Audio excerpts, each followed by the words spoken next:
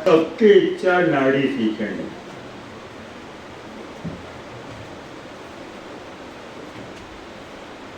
नाड़ी में साधना की आवश्यकता है। नाड़ी कोई आपको सिखा नहीं सकता, रास्ता बता सकता है, पद्धति बता सकता है। उसके आधार पर आपको स्वयं को साधना करनी पड़ेगी। ऐसा नुस्खा नहीं कोई बता दिया कि खांसी के अंदर गुड़ का घाट हो, ऐसा नुस्खा नाड़ी विज्ञान में। नाड़ी के लिए आपको अभ्यास करना पड़ेगा। सर्वप्रथम आप उठते से भगवान का ध्यान करो, उस समय अपनी ही नाड़ी की चाल करो, समझ गए? स्वयं अनुभव। एक बात है, प्रातः काल उठते से ईश्वर का स्मरण करके उसी समय 1 मिनट के लिए अपनी नाड़ी का अनुभव करो, कैसी चल रही। ऐसा का ऐसे रात को सोने के पहले, जब सोने जा रहे हो, सोते सोते मेरी नाड़ी का अनुभव करो, वो कैसी चल। प्रातः काल उठते से की नाड़ी में, उस नाड़ी में कुछ आपको अंतर का अनुभव होगा, ये धीरे धीरे होगा, बड़े सूक्ष्म है। भूखे पेट नाड़ी की गति को देखो, और भोजन करते से ही नाड़ी गति होगा, ये स्वयं को अनुभव होगा। मुझे आगे बात ऐसा करते करते अनुभव। इसमें गुरु सारंगधर संगीता के श्लोक है, लंबा चौड़ा नहीं पढ़ने की जरूरत नहीं है। सारंगधर संगीता में श्लोक दे रखे हैं नाड़ी को, बस उन्हीं को आपको पढ़ना है, आपको नाड़ी आ जाएगी, पर एकदम नहीं आए। ये दोस्त दोस्ती को भूल के केवल नाड़ी करोगे, कभी नहीं आएगी, इनकी फिर भी नहीं लगेगी। मेरे श्रांताय सख्ताय, साधक जब तक परिश्रम से थक नहीं जाता, तब तक देवता उसकी सहायता नहीं करता। नाड़ी विज्ञान आध्यात्मिक विज्ञान है, भौतिक विज्ञान नहीं। आत्मरस्यांतरात्मानं योना विशति तत्त्ववित्। चिकित्सक आत्मा की अंतरात्मा में जब तक प्रवेश नहीं करता, तब तक वो चिकित्सा में सफल नहीं। ये साधना आत्मा की अंतरात्मा में प्रवेश, इसके कैसे विचार है, क्या है, आप स्वयं एकाग्र मन के हो गए तब अनुभव। उसके लिए आपको टीवी देखना, फिर मोबाइल सुनना, चारों तरफ उछल कूद करना, ये सब आजीवन बंद रखना पड़ेगी। आहार पे भी संयम रखना पड़ेगा। दिन भरी खाओ, मनवार से खाओ, मणिराम जी कैसे ठीक होंगे? उससे नाड़ी तो आएगी, बाकी आप एकदम अच्छे प्रसन्न बन जाओगे। कोई भी परिस्थिति आपको दुखी नहीं कर सकती, हमेशा सुखी बन जाओगे। इसलिए आपकी भावना है। कई बार मेरे ऊपर प्रश्न आया और मैं भी चाहता हूँ मैं कर सकते ही नहीं तो क्या चाहता। दूसरा प्रश्न आपका ये है, नुस्खे बताओ। मैंने नुस्खे आपको बहुत सारे दिखा दिए। अब मुझे ध्यान नहीं कि क्या नुस्खा मैंने नहीं किया, तो ये पुनरावर्तन हो जाएगा। तो आपको जिस भी रोग में उसका क्या करेंगे, इसका क्या करेंगे, वो बढ़िया आप नोट कर लेना। समझ गए ना? जो जो मुख्य मुख्य, और सायंकालीन सत्र में मैं वो आपका निराकरण कर दूंगा मेरे ज्ञान के आधार पर।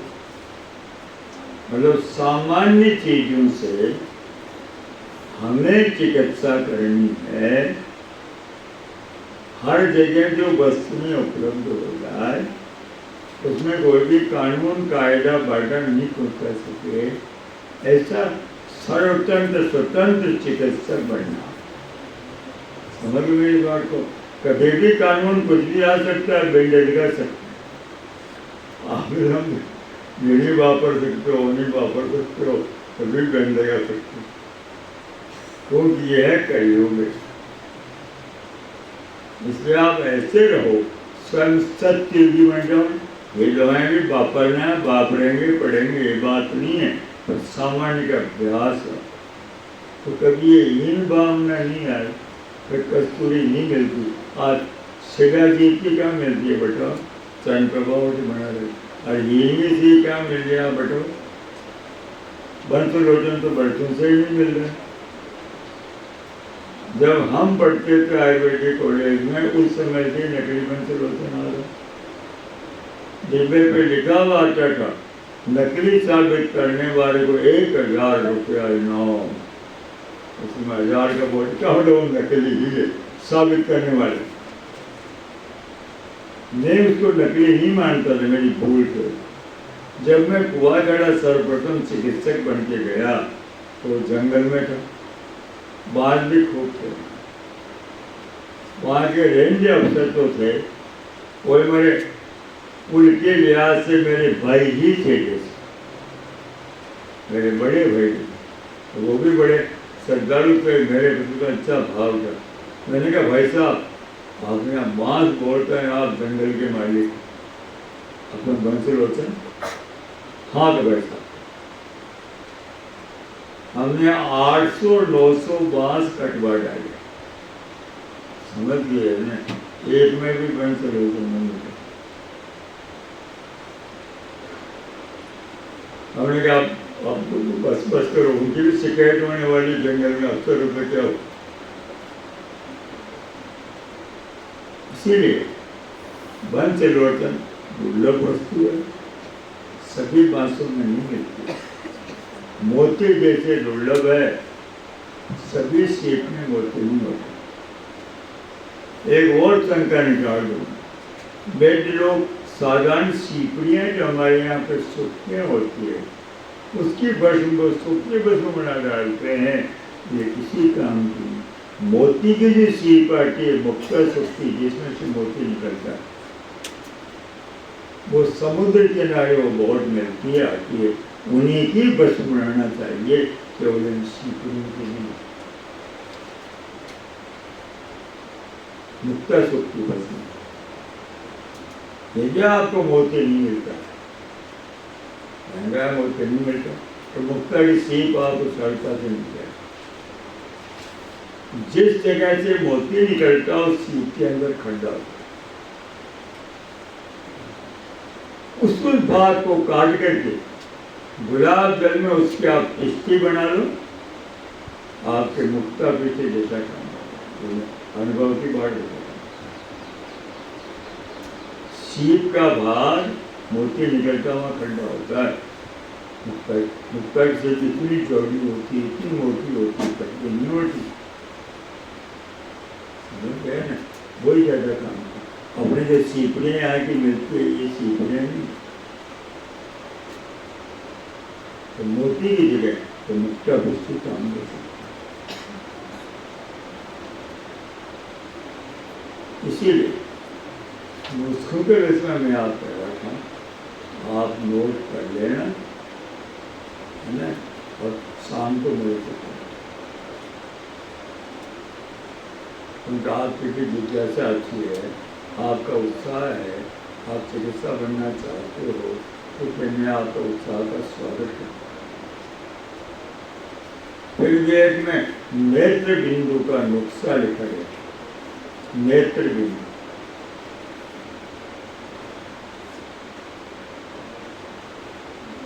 कुमारी स्वरस 25 ग्राम,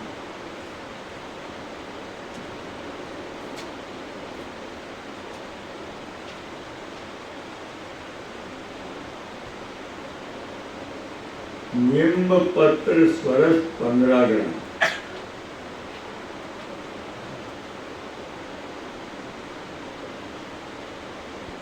फिटकरी का फूला 1/8 ग्राम में 1/4 ग्राम, फिटकरी का फूला 1/4 ग्राम,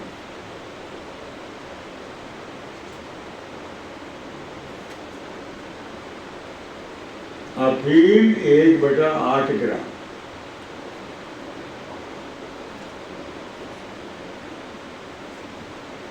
द्वार पाटे का भी धीरे धीरे जो रस निकलता है वही स्वरस है, उसको नीम का भी रस बिल्कुल रस निकालने के यंत्र से रसी निकालो, कतरा नहीं है ना, वो रसी ही में जाओ, फिर उसमें फिटकरी का फूला डालो। फिटकरी का फूला डालने से गाद नीचे बैठ जाएगी, वो बैठी हुई गाद को बैठी रहने तो निकाल लो। फिर उसमें 1/8 ग्राम अफीम जो है वो तुम कैसी भी आंख दुख रही और नेत्र विसंग में आप ये काम करें। मैं तो एक छोटी मात्रा में बना के कई बार काम में लिया करता था। मैं स्टोर वेरिफिकेशन करने गया बहुत पहले में, वो वेदराज जी की आंखें इतनी और एक ही नहीं पा रहा। फौरन डालने का भाई साहब, मैं घबराने की बात नहीं, हम बना लेंगे सारा रिकॉर्ड आप आराम कर। उसी समय उनको मंगाया, बताया, मैं को डालो।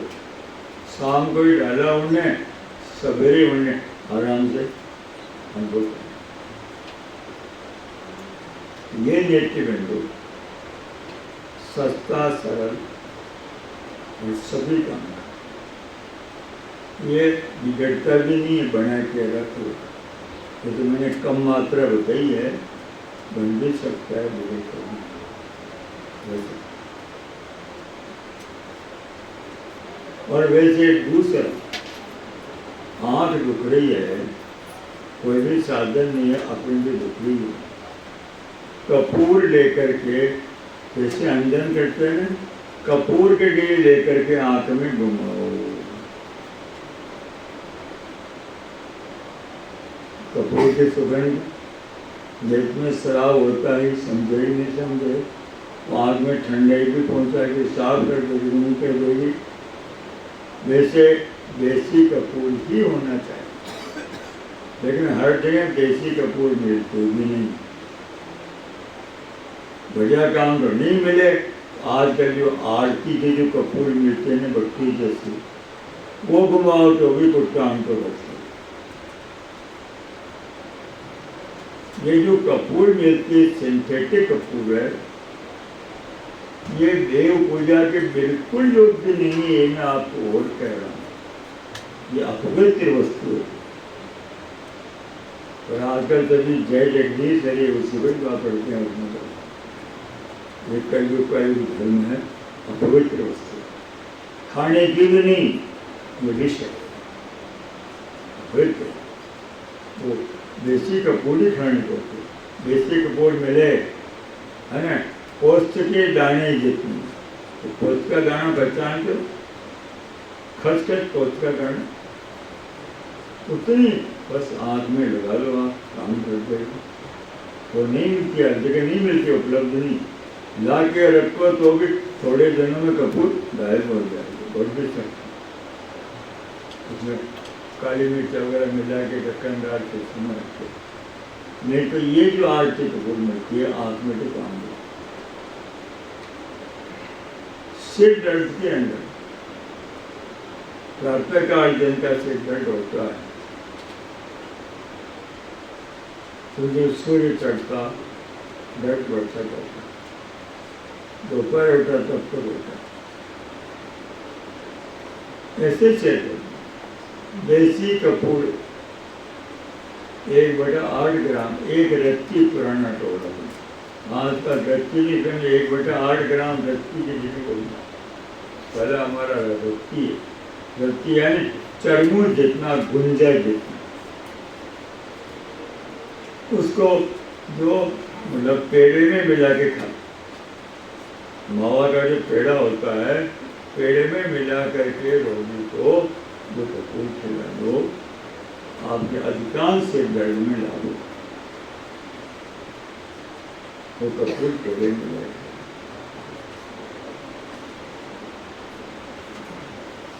कान में दर्द हो रहा है, लहसुन को सरसों के तेल में भून लो, 1 लोगोली लहसुन ले लो, 1 चम्मच 5 ग्राम रखोगे सरसों का तेल ले लो, लहसुन को कुचल करके उसमें डाल करके जिसे छोंक लगाते हैं वैसा उसमें लहसुन हो जाए, फिर वो गुनगुना रहे, लहसुन का कचरा कान में नहीं पड़ना चाहिए, सावधानी रखना पड़ेगा, वो कान में डाल दो, उसी समय रखना बंद।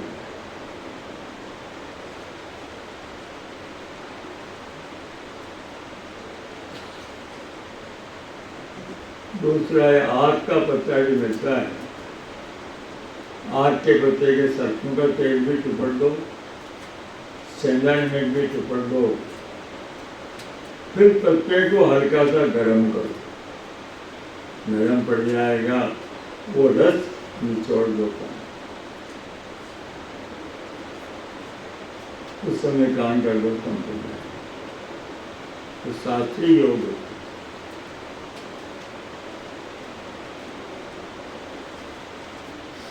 ये आपके कान के रोग के लिए हैं।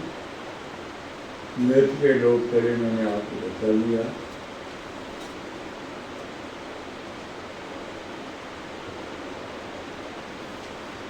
मुंह में जिनके छाले जो रहा करते हैं, छाले केवल मुंह में नहीं होते, ये पचन संस्थान पूरा यहाँ से लेकर मलद्वार तक का समझ में आएगा।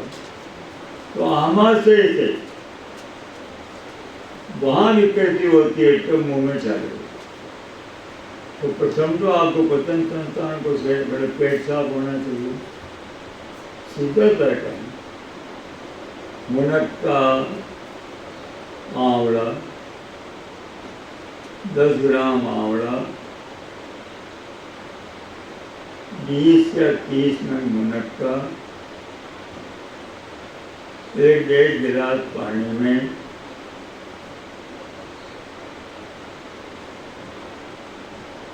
शाम को 4-5 बजे कांच चीनी के बर्तन में या चांदी के बर्तन में भिगो दो। सवेरे उठते से मसल छान करके इस पानी को पिलाओ।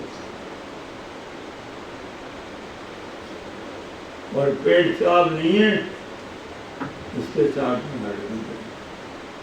दूसरा उपाय ये बहुत अच्छा, इसके साथ हरड़ मत दो।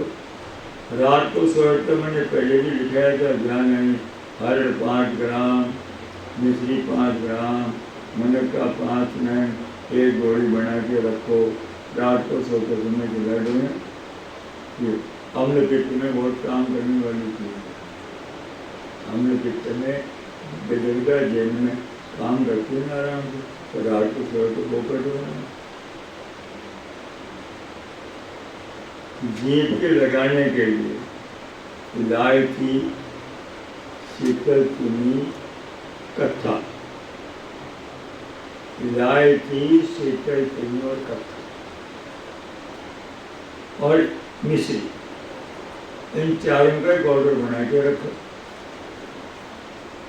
चुटकी भर करके जीभ पे रख करके जीभ थोड़ी देर के लिए बंद कर लो। लाला श्राव से सारे मुख में उसकी सुगंध फैल जाएगी, कुल्ला भर जाए, बाहर फूंक दो। या इसको थोड़े से साइड में मिला करके जीभ पे चुपड़ दो, साले के लगाने में रहा होगा। अगर ये साधन नहीं है, चमेली है, चमेली के पत्तों को थोड़ा पीस करके जीभ पे लेप कर दो। या चमेली के पत्ते मुंह में रख करके उसको को चबा करके थोड़ी देर उसका रस लगे, फिर बाहर कर दो। चमेली व्रण को रोपण करने का काम करती है। जात्यादि घृत बनाने का, जाति के कल मैंने आपको बताया था, नीम का तेल और चमेली का दूध, तो मोटे चालू में ये काम हो जाएगा ना आपको। मुंह का बता दिया, कान का बता दिया, सिर का बता दिया आपको मैंने। हर कोई भी रोग, हर्ड और अजवाइन, 2 चीज को मत भूलो। तो पचन संतान को सही करने वाला यही काम हर रोग में चल सकता है। रात को सोते समय अजवाइन का प्रयोग कर लो, उसके से हर्ड का प्रयोग कर लो, अन्य चिकित्सा करो, बहुत सफल होगी कैसा भी रोग। और जाटर प्राणी नाम अग्नि काय इत्यादि जस्तम चिकित्सित सीजंतम सवय काय चिकित्सक है। अग्निबल का ध्यान रखो। आजकल में तो वैद्य अग्निबल का ध्यान रखते हैं, मैं डॉक्टर अग्निबल का ध्यान रखूँ। यदि अपनी दवाएं ठूसे जा रहे, एक ही जगह 8 दवाएं नुस्खे में मान देते। अरे बच्चे भी कहते हैं, इस चीज को सोचो नहीं, पहले आप वैद्य हो, डॉक्टर नहीं हो। डॉक्टर कहला के आप अपने आप को गौरमात मत करो, यही मानो, डॉक्टर मत बनो, वैद्य बनो, जानकार बनो, समझदार बनो, असुर मत बनो, देवता बनो। वो आसुरी सभ्यता, वो आसुरी संपदा, आप दैवी संपदा बनो। वैद्य देवी संपदा, डॉक्टर आसुरी संपदा। अब आसुरी संप्रदाय में क्यों जाते हो? आप देवी संपदा से, आप उनकी नकल करके भी आप सफल हो गए हो, ये बात भी नहीं। उनके पूरे टेस्ट वगैरह करके भी आप कौन से सफल हो गए, अपने आप को पढ़ लो, बरसो। इसलिए अपनी ही पद्धति से रोग निर्णय करो, अपनी ही चाल से चलो, असफलता मिल जाए हतोत्साह होने की बात नहीं है। हर जगह सफलता नहीं मिलती है काम करने वाले को, हर जगह सफलता नहीं मिलती है, धीरे की आवश्यकता है। आप प्रयत्न करते रहो, अपनी तरफ से साथ समझ कार्य करते रहो, अधिकांश सफलता मिलेगी, परिणाम आए। इस प्रकार मैंने आपको कुछ नुस्खे मुझे उपजे जो तो आपको। अब प्रकृति के विषय में बात, प्रकृति के विषय में आपका प्रश्न यही प्रश्न था, प्रकृति क्या है? प्रकृति शब्द का अर्थ अगर समझें, प्रयानी प्रथम, प्रथम कृति प्रकृति, प्रथम कृति प्रकृति। ईश्वर संसार को उत्पन्न करना जब चाहा तो इच्छा शक्ति उसकी प्रकृति है, प्रथम करती है। इसी तरह जब गर्भाधान होता है उस समय गर्भाधान वाले माता और पिता का संयुक्त बीज कहलाएगा, एक नहीं। क्योंकि तो मातृ भाव भी संतान में आते हैं, पितृ भाव भी आते हैं, ऐसा अपने शास्त्रों में वर्णन है। उस बीज के अंदर जिस दोष की प्रधानता होगी वही प्रकृति उसकी आजन्म होगी। प्रकृति क्या समझ में आ गई बात? गर्भाधान के समय शरीर जो बनता है जीव का, प्रथम कृति जो है, उस प्रथम कृति के समय जिस दोष की प्रधानता है वही प्रकृति आजीवन रहेगी।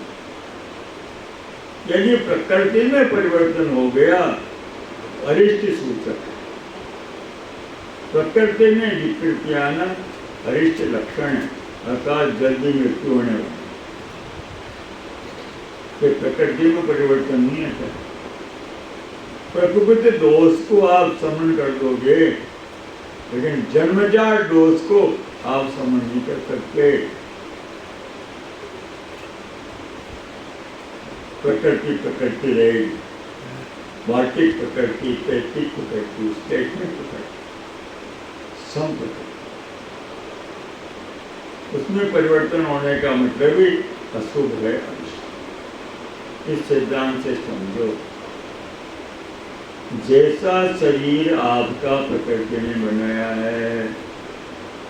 आजकल बच्चियां आती हमारी लंबाई बढ़ो, हम सीने रह गए, हमारा सीना फुलाओ, अरे पहले नंबर की मत। प्रकृति में विकृति करोगे रोग पाल लोगे, तो है प्रकृति में विकृति नहीं होती। ये सब कुप्रथा हानिप्रद है, समझ गए? सोमन से एकागा चिल्ला देता होगा तो गलत है, बगैर तो कोई परिणाम नहीं। ये कभी भी प्रकृति में विकृति मत करो।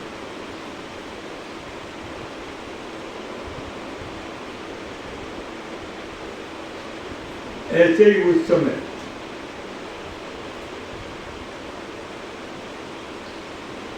अगर उस कलर के अंदर सतोगुण प्रदान होगा तो सात्विक प्रकृति होगी, रजोगुण प्रदान होगा तो राजसी प्रकृति होगी, और तमोगुण प्रदान होगा तो तामसिक प्रकृति होगी। माता पिता परिवार वातावरण जैसा होता है उसी के आधार पर वो बीज में उसका असर है। इस बात को समझ में आ गई बात? माता पिता का जैसा स्वभाव होता है, जैसा आहार विहार होता है, जिस वातावरण में आप रह रहे हो, जिस जगह रह रहे हो, वैसी आपकी सतोगुणी रजोगुणी तमोगुणी प्रकृति बनेगी और वो आपकी आजीवन रहेगी। सावधानी बरत सकते हो, बरत नहीं सकते। क्रोधी स्वभाव वाला व्यक्ति क्रोधी रहेगा ही।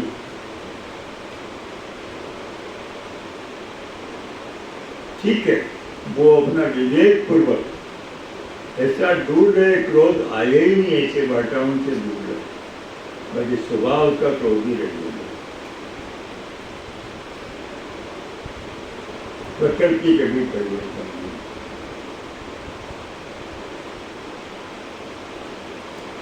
जब प्रकृति समझ में आ गई आपको, प्रकृति क्या समझ में आ गई, प्रकृति परिवर्तन नहीं होती, ये भी समझ में बैठ गई बात। नहीं बैठे हो तो मुझे कह देना।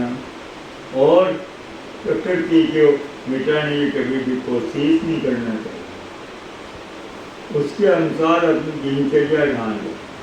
वात प्रकृति है तो वात भूयिष्ठ आहार का प्रयोग मत करो, ताकि वात प्रकृति वाले के वात रोग होंगे तो ज़्यादा खतरनाक होंगे, बड़ी मुश्किल से मिटने वाले होंगे। चित्त प्रकृति वाले तो प्रकृति वाले, तो प्रकृति को तो मिटा नहीं सकते। उसके बाद में जो वाद का प्रकोप है, उस वाद के प्रकोप का आप समन कर सकते हो, लेकिन वाद प्रकृति वाले वाद को प्रकृति को मिटा नहीं सकते।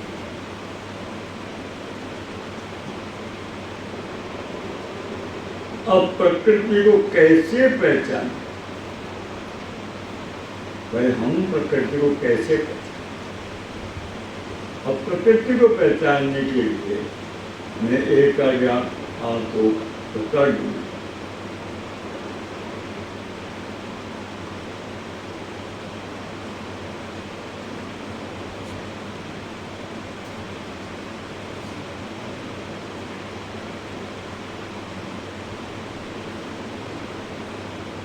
वाद प्रकृति वाले मनुष्यों को नींद कम आती है, समझ में आ रही है?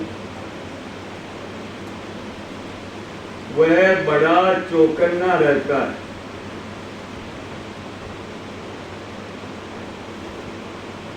वह शीत से कांपता है, भयभीत रहता है।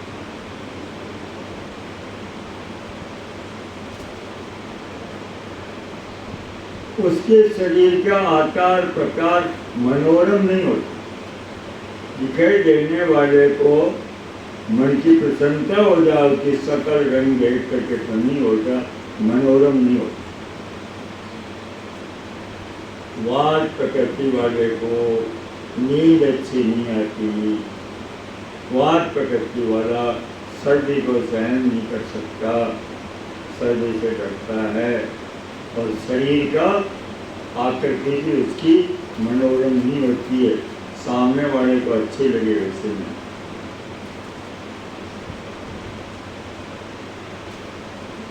वह चोरी करने के स्वभाव वाला होता है। वाद प्रकृति वाला चोर भी हो सकता है, ईर्ष्यालु होता है, दूसरे से ईर्ष्या करने वाला, और अशिष्ट होता है, असत, और संगीत प्रेमी होता है, गाना सुनना, संगीत प्रेमी,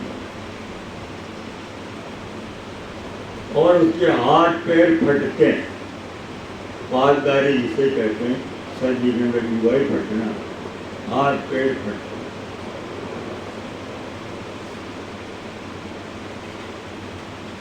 केस भी कम होते हैं, केस भी रूखे होते हैं, दाढ़ी मूछ भी कम होते हैं, दाढ़ी मूछ भी रूखे होती है। बात प्रकृति वाले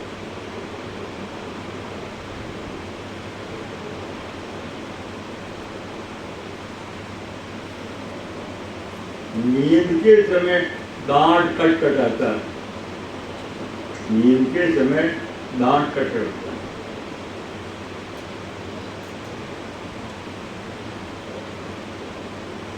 और ये दांतों से नखों को काटने वाला होता है, इससे व्यक्ति मिलते हैं।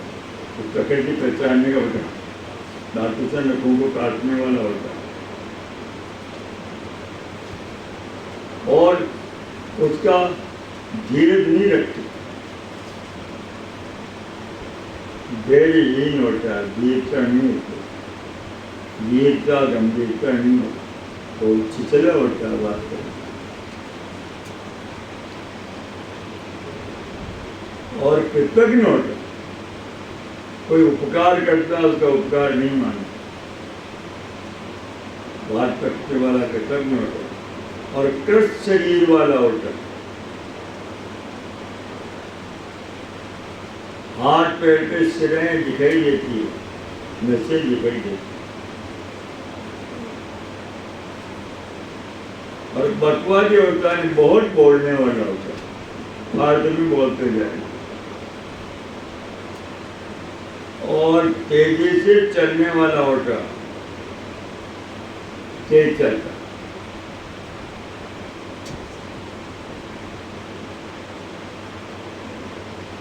हमेशा भटकने वाला होता,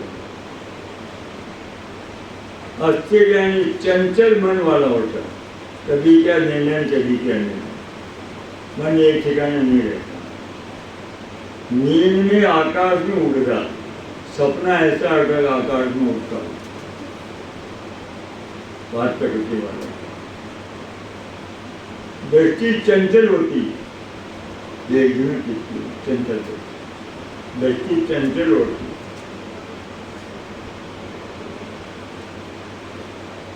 और धन भी उसके पास नहीं होता, रत्न भी नहीं होता, अर्थात समृद्धिहीन होता है। बात कटने वाला समृद्धिहीन होता है, बिना मतलब की बात बोलता है। बकरी, खरगोश, चूहा, ऊंट, कुत्ता, गीद, कौवा, इनके समान के स्वभाव वाला होता है। तो बात प्रकृति ऐसे आप लक्षण देख के इनमें से सारे ही मिलना जरूरी नहीं। कुछ लक्षण देख के आप पकड़ सकते हो, ये बात प्रकृति।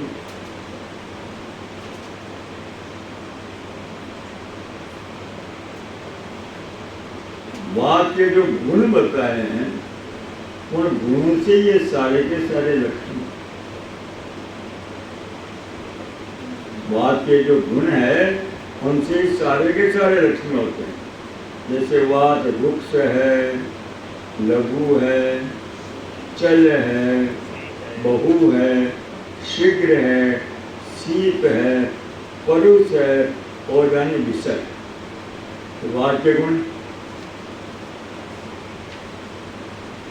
अब इनमें रुक्ष गुण के कारण उसके शरीर में रूखापन होता है। रुक्ष गुण के शरीर में रूखापन, तो किसी भी रोग में शरीर में रूखापन है तो अपन बाद के रुक्ष गुण के प्रधान मान लेंगे कि नहीं मान लेंगे वहाँ पर चिकित्सा में। केवल प्रकृति की बात नहीं, ये सिद्धांत सब जगह फिट हो गया। आयुर्वेद सूत्र है, अलग अलग रटना जरूरी नहीं है, एक चीज को समझ लो, हर जगह यही काम देना है आपको। यानी कितनी सरल हमारी चिकित्सा पद्धति, कितनी पूर्ण वैज्ञानिक है, जिसको भूल के उनके पीछे मरे और अपना पतन करें। 60-65 साल तो मुझे देखते हो गए। मैं सोचता हूँ कोई भी उत्थान नहीं हुआ, जाकर मैं सोचता कहीं भी आयुर्वेद का कोई उत्थान नहीं हुआ, केवल दवाएं बिकना उत्थान नहीं। पर सामने वाले असफल हो गए, उनकी जगह आपका महत्व होगा, तो आप कौन से हो गए सफल, ये बताओ।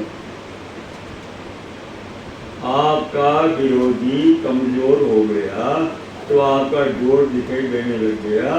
आप जोर वाले नहीं हो, आप कमजोर से कमजोर नहीं हो। उनकी दवाइयाँ कोई काम नहीं करती, लोगों को उनसे हो गए तो आपकी दवाएं गिरने लगी। फिर आपने कौन सा आयुर्वेद की स्थापना की?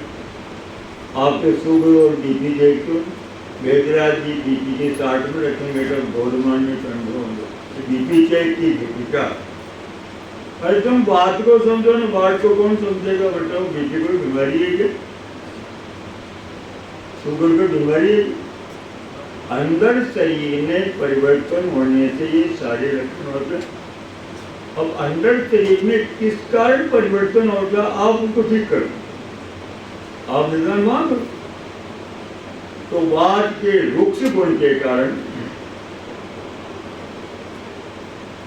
ये मतलब दुखता आएगी, तो दुबला पतला भी रहेगा। अल्प गुण वात, और वात का जो है अल्प है तो उसका शरीर भी जो है क्षीण रहेगा, आवाज भी बैठी हुई होगी, नींद भी कम आएगी। गुस्सा के कारण से नींद कम आती है, तो इसकी चिकित्सा क्या होगी? युद्ध का प्रयोग करो। भैंस के दूध से नींद आती है, गाय के दूध से करती, क्योंकि भैंस के दूध में घी अधिक होता है, गाय के दूध में कम। हमारे चिकित्सा ग्रंथों में लिखा है कि भैंस के दूध की अपेक्षा गाय के दूध में घी अधिक है। मैंने पढ़ा, उसका टीकाकारों ने समाधान भी किया। उन्होंने ये किया है, भैंस के दूध वाला घी हमारे शरीर में जाकर के जितना शक्ति नहीं देगा, जितना लाभ नहीं करेगा, उतना अधिक शक्ति गाय के दूध वाला घी देगा। इसीलिए गाय के दूध के घी का महत्व है।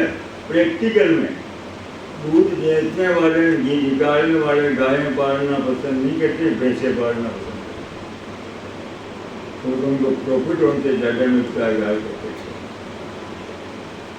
तो हमारे शास्त्रों की भाषा है, परमहंसों की भाषा, समझ गए है ना? इसको समझना पड़ेगा। शरीर के अंदर क्या परिणाम आएगा, उसके आधार पर हमारे गुण लिखे हैं। भौतिक परीक्षा पे हमारे शास्त्र में गुण लिखे हैं। इसलिए आज भौतिक परीक्षा से आप उन शास्त्र को फिट करके चिकित्सा करना चाहोगे तो कहाँ सफल होगे? सोच लो उन बात।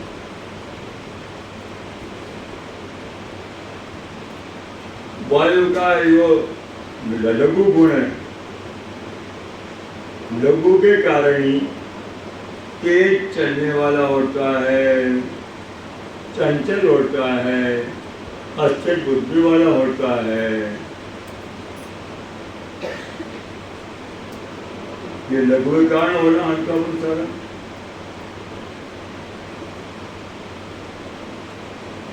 और अधिक बोलने वाला होता है। वायु का चल गुण है तो अस्थिर रहेगा, उसमें क्या बात?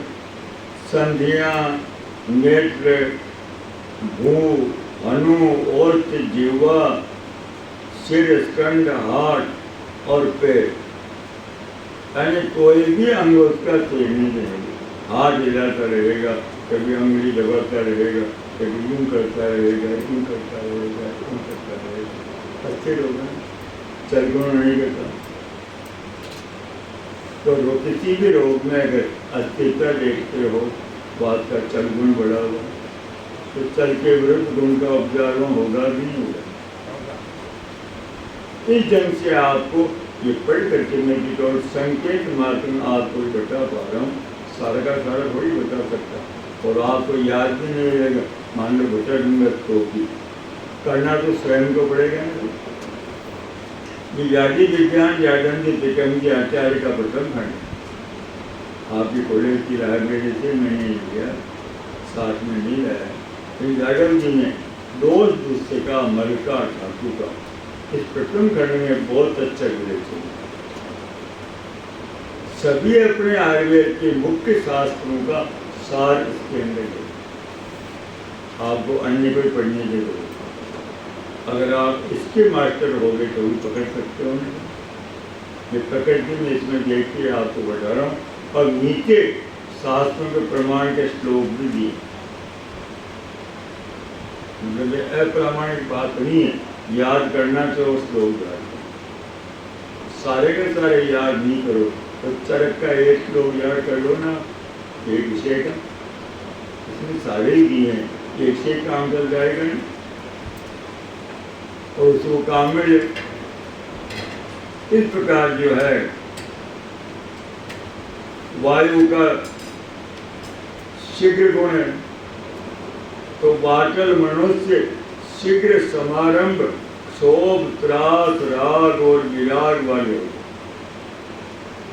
किसी भी काम को जल्दबाजी से चालू करना चाह देते हैं और धीरे धीरे से। उससे बुरा मत मानना, आप लोग नाड़ी नाड़ी नाड़ी नाड़ी कर रहे हो, तो जल्दी बजे में नाड़ी नाड़ी कर रहे हो, इसका मतलब वाद का आगे आगे नहीं आगे समझ में आगे बात है। जल्दी समारंभ कर और जल्दी राग कर। बहुत अच्छे पंडित जी, बहुत अच्छे एकदम फिदा हो गए, बोले अरे वो तो बिल्कुल बेकार थे, थोड़ी देर में वापस से बोल दो। तो किसी भी तुम्हें स्थिरता नहीं है, जल्दी मित्रता कर लोगे, वापस तोड़ दी दो। बात का जो गुण है, चल गुण के कारण चलायमान रहोगे नहीं।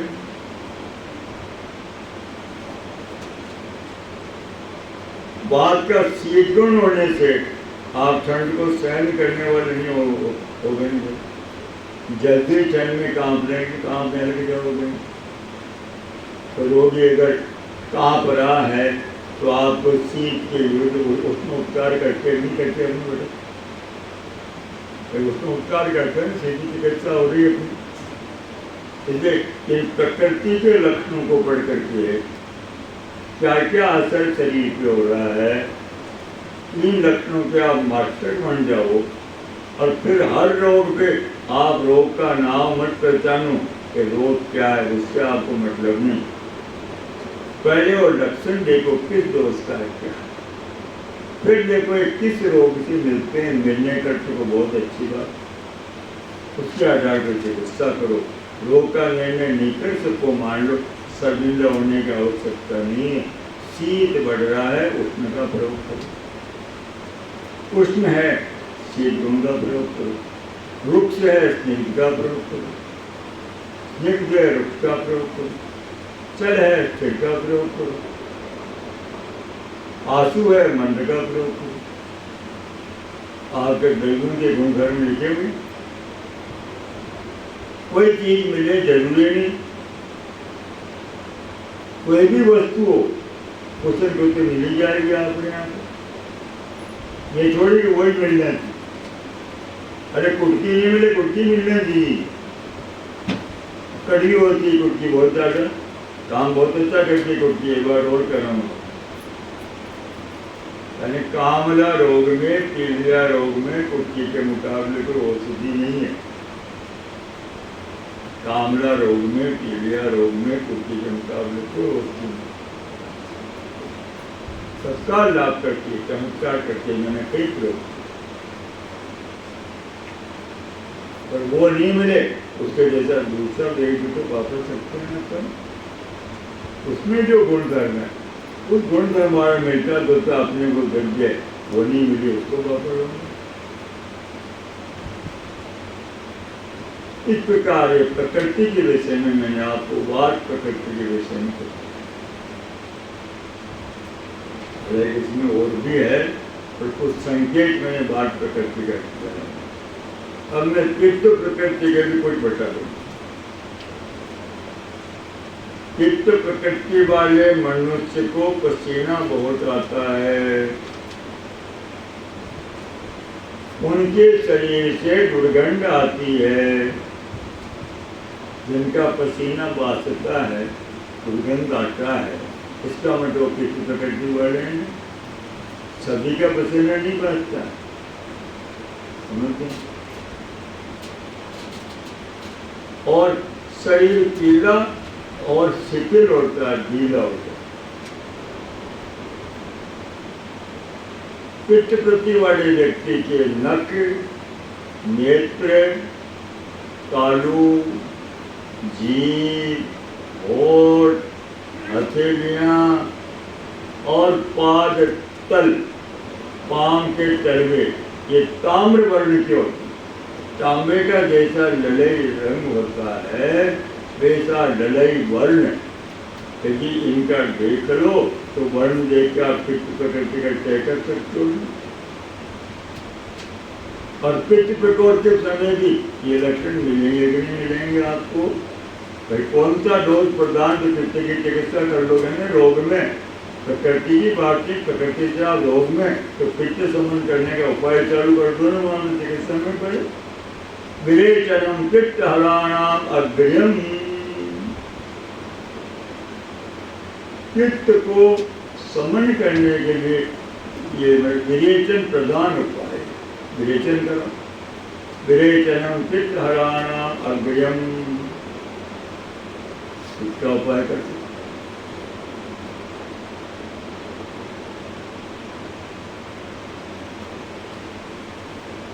और उसकी भी आकृति मनोरम नहीं होती, शरीर पर उसकी झुर्रियां पड़ी होती।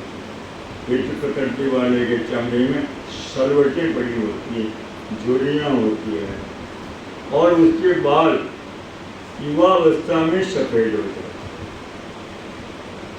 जल्दी बाल जितने सफेद हो जाए समझो पित्त प्रकृति। युवावस्था में बाल सफेद होता है और सिर पर गंज होती है, बाल उठ जाती है और बहुत खाने वाला होता है, गर्मी से द्वेष करने वाला होता है। वात प्रकृति वाले को शीत सहन नहीं होता, पित्त प्रकृति वाले को उष्ण का यानी गर्मी सहन नहीं होता और शीघ्र ही गुस्सा आ जाता है और वापस शीघ्र ही गुस्सा शांत होता है।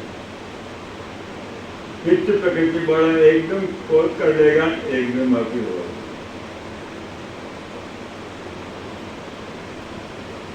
बल भी उसमें मध्यम होता है, उम्र भी उसकी मध्यम होती है, दीर्घायु नहीं होती है और कुशाग्र बुद्धि का होता है।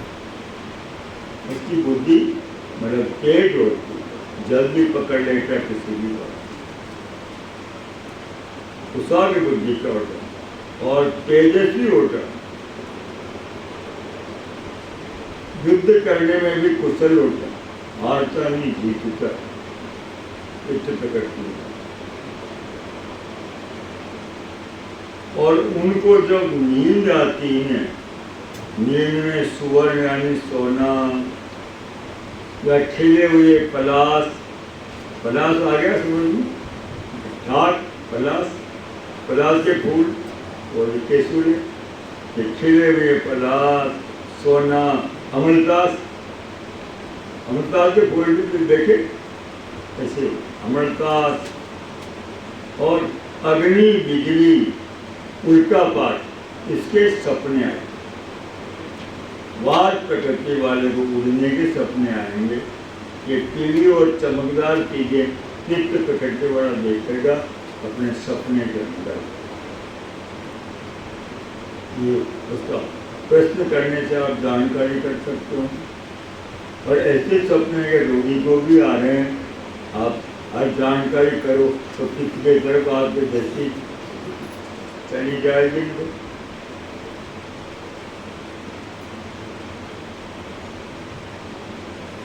चित्त प्रकृति का मनुष्य भय से झुकता नहीं, नम्र न होने वालों के प्रति कठोर वृत्ति का और नम्र होने वालों के प्रति सांत्वना देने की इच्छा करने वाला होता है। चित्त प्रकृति का व्यक्ति कभी भी अन्याय के सामने झुकेगा नहीं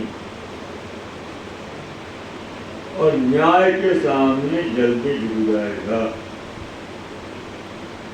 क्षत्रिय वर्ग पित्त प्रकृति का होता है, रजोगुण पहले नंबर का क्रूर स्वभाव का होता है और पहले नंबर का दया करने वाला भी होता है। चित्त प्रकृति वाला व्यक्ति चित्त प्रकृति वाला चित्त के उष्ण गुण के कारण गर्मी सहन नहीं कर सकता है।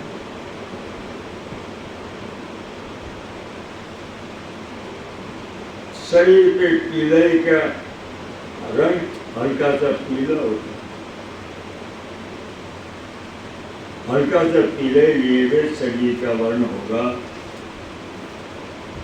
और शरीर पर चेहरे पर जाई तिल ये पित्त प्रकृति वाले भी मिलेंगे और थोड़े गुण से भी ज़्यादा पित्त प्रकृति वाले के होंगे। थोड़े गुण से ज़्यादा और तो पित्त प्रकृति वाले, थोड़े गुण से हो रहे इसका मतलब पित्त का प्रकोप हो रहा है। थोड़े गुण से इलाज करने में पित्त का इलाज करो ना, एंटीबायोटिक कितना चाहिए आपको? आपने पित्त का इलाज कर दिया तो सफल हो जाओगे। तो ये कीटाणु जो भी पनपते हैं गंदगी में पनपते हैं, आपने गंदगी पैदा ने वैसा समन कर दिया तो फिर क्या आपको एंटीबायोटिक का जरूरत पड़ रही है आपको?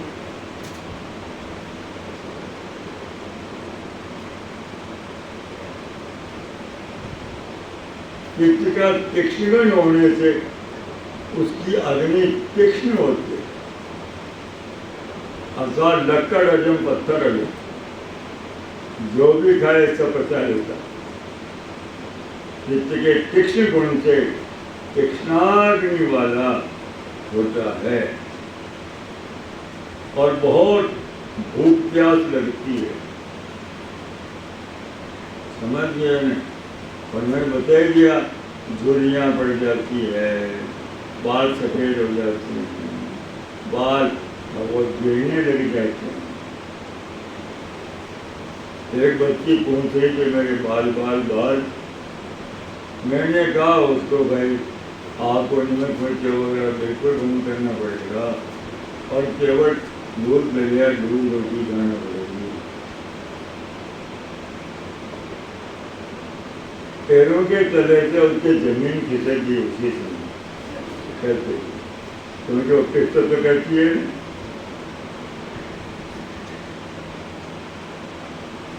क्योंकि पित्त के समन के लिए इन चीजों को कटु अम्ल और लवण जो पित्त के प्रकोप करने वाले हैं, उनको समन करने का उपाय तो करना पड़ेगा ना आपको।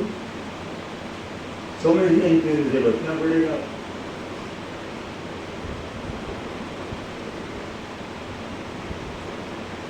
पित्त वाला क्लेश को भी सहन नहीं कर सकता, बार बार खाने वाला होता है।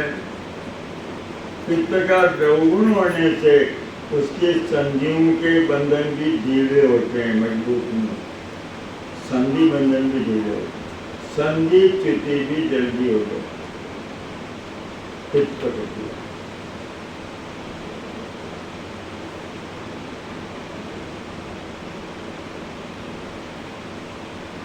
और पित्त प्रकृति वाले को पसीना भी अच्छा आता है, मूत्र पुरुष भी साफ हो जाता है। पित्त का जो विश्र है, दुर्गंध गुण है, इस कारण कांत में अर्थात बगल में, पसीने में उनके बदबू आती, दुर्गंधी आती। पित्त के विश्र गुण के कारण दुर्गंधी आती। पित्त कटु अम्ल होने से पित्तल मनुष्य अल्प वीर्य होते हैं, अल्प मैथुन शक्ति वाले होते हैं और अल्प संतान वाले होते हैं। जिनको संतान चाहिए, प्रबल अपने वीर्य को ओज को बढ़ाना चाहिए, उनको चरका और खट्टा इन रसों से दूर रहना पड़ेगा, कठोर अम्ल से दूर रहना पड़ेगा। चरपरा और अम्ल जैसे हमारे गुहा मैं सुना दूं, खाटो खारो चरपरो सुपारी गुड़ तेल, जो विद्यारो साबलो याने पूरा मेल। ये बचपन से मैं सुनता आ रहा हूँ बुजुर्गों के मुँह से। खाटो खारो चरपरो सुपारी गुड़ तेल, जो विद्यारो साबलो याने दूरा मेल। अम्ल रस, कटु रस और लवण रस। अगर आप बुद्धिमान बनना चाहते हो, पढ़ाई पढ़ना चाहते हो, अच्छे समझदार बनना चाहते हो, सुखी और समृद्ध बनना चाहते हो, इनसे आपको बचना पड़ेगा और गुड़ और तेल का प्रयोग भी कम करना पड़ेगा। आज के लिए शक्कर को ये हो गया कि केमिकल से शुद्ध होती है, खराब है, तो शक्कर के लिए गुड़ निषेध, उष्ण गुड़ पित्त को प्रकोप करने वाला। नया गुड़ चमड़ी के बहुत सारे रोग पैदा करते हैं, फोड़े फंसी वगैरह, पाँव वगैरह हो जाती है, कामा वगैरह। ये मेरा खुद के शरीर पर भी प्रैक्टिकल है। बचपन में मुझे गुड़ खाने का खूब शौक था, छोटा बच्चा का, और इतना गुड़ खा देता था रोटी के साथ। तो जो मेरे पामा से मैं परेशान हुआ, पान से, वो पीड़ा आज भी मुझे याद है। तो गुड़ तेल अधिक मात्रा में या नित्य सेवन करने की जरूरत नहीं है, अल्प मात्रा। आजकल साधुओं के अंदर तेल का 100 ग्राम ऊपर करा रहता है, ऐसी बात। पहले क्या करते, सार घास पानी में बना डालते तो उसे कोई खाते। अमीर आदमी मान लो को सुगंध चाहते थे तो मिट्टी का दबाना, दीपक मिट्टी का चूल्हे में डाल देते थे। अग्नि जैसा गर्म हो जाता था, थोड़ा सा उसमें घी डाल देते, हींग जीरा डाल देते, उसको तो कांजी में बर्तन में डाल के ढक्कन लगा देते तो सुगंध। आज के जैसे पहले छौंक लगा के तो करा के ऐसा फ्राई, डबल फ्राई ऐसी दाल नहीं खाती, तो नहीं खाना चाहिए स्वास्थ्य के लिए। और पढ़ने वाले को तो, विद्यार्थी को तो रखना, अगर विद्यार्जन करना है दही मत खाओ, सब्जी बंद रखो, प्याज मत खाओ, सोगन मत लो, दुनिया धन में सोगन देते मत तो खाओ। दही और प्याज खाने से बुद्धि मंद हो, तमोगुणी बुद्धि हो, समझिए, नींद अभिसंधि। इसलिए अम्ल और कटु रक्त में पित्त तरीकेवाद जो करने का रहा था, उनका विद्यार्थी को तो कम से कम इनसे परहेज करना ही चाहिए।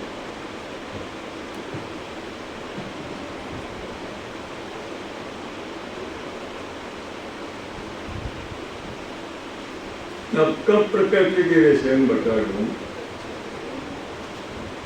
कब प्रकृति वाला मनुष्य श्वेत दुर्वा, श्वेत कमल, श्वेत करवान, श्वेत गीला रीठा और सरकंडा, इनमें से किसी एक के समान वर्ण बना।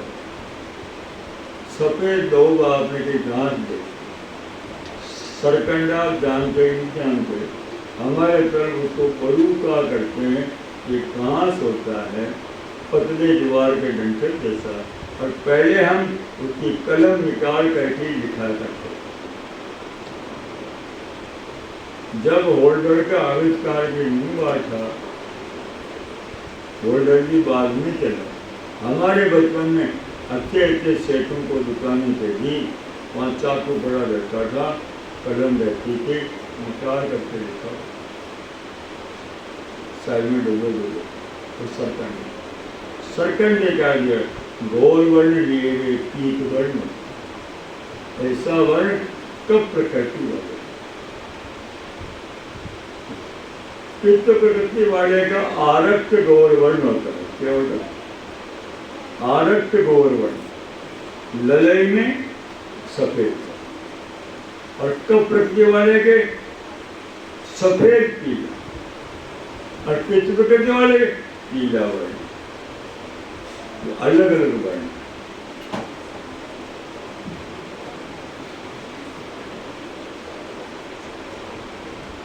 और शरीर उसका सुडौल होता है, वो मनोरम होता है, उसका शरीर अच्छा होता है, उसकी दृष्टि भी अच्छी होती है, चलाए मारो तेज दृष्टि नहीं होती, वाट वाले की जो चंचल दृष्टि होती है उसकी नहीं होती। और मीठा पसंद करने वाला होता है,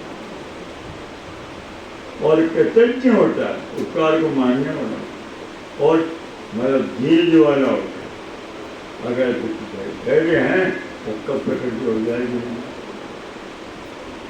रोगी में भी धीरज है तो कब उसका अच्छा है, उतावलापन है तो बात पकड़ लोगे, गरम है मिजाज है तो किसे पकड़ लोगे ना। तो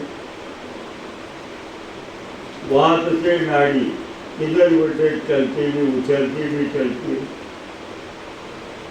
पित्त से नाड़ी बीच में चलेगी, मध्यम चाल पे चलेगी, पर वो उष्ण होगी। कब से नाड़ी गंभीर होगी, शीत होगी। ये अनुभव करने से होता है। एकदम तो आप मन से कुछ भी कल्पना कर सकते हो, तो बहुत समय तक अनुभव करोगे। 12 वर्ष तक धीरे रात करके अनुभव करो, समझ आ गया ना। कब आपको सही अनुभव होगा, बड़ी एकदम अनुभव नहीं होता। मैंने भी कई बार जल्दीबाजी करके गलत निर्णय ले ले, ठोकरे खाएंगे आपको कर रहा हूँ। 12 वर्ष तक गंभीरता से मेहनत करो, फिर आनंद आओ।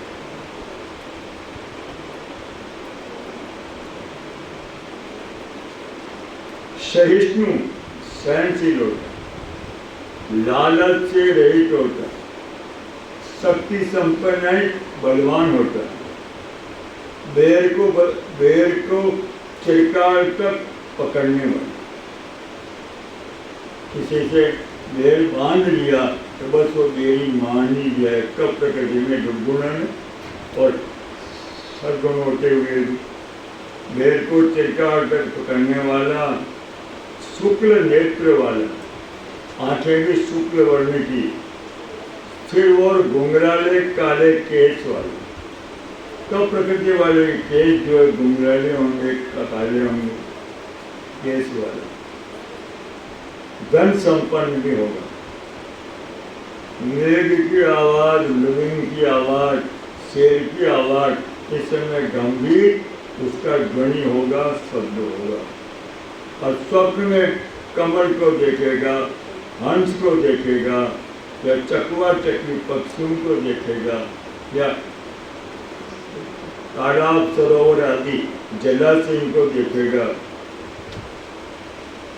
जिसके नेत्र के प्रांत भागों में लाली हो, नेत्र के किनारों पे हल्के से लालिमा दिखाई दे, बीच में से स्केट दिखे, वो कपट है। और शरीर सुगठित हो, शरीर जो है रूखा नहीं हो, स्निग्ध हो, चिकना, कब प्रकृति वाले, और सत्व गुण युक्त होता है, अच्छे विचार, उदार हो, और हर तरह के क्लेश को सहन कर लेता है, और सम्मान जिनको देना चाहिए उन सम्मानित महापुरुषों का सम्मान करता है। शास्त्र में उसका दृढ़ विश्वास होता है, मित्रता स्थिर होती है, धन वाला होता है, बहुत देर तक सोच विचार करके फिर बहुत दान देने वाला, जल्दीबाजी से नहीं कर, बाट वाला जल्दीबाजी से कर देगा, पेट वाला कर देगा, कब खर्च करने करेगा, सोच समझ के करेगा, फिर बहुत देर सही काम करेगा। काम भी जल्दीबाजी से आरंभ नहीं करेगा, सोच समझ के करेगा, फिर काम करेगा पूरा करेगा, ये कब प्रकट होगा।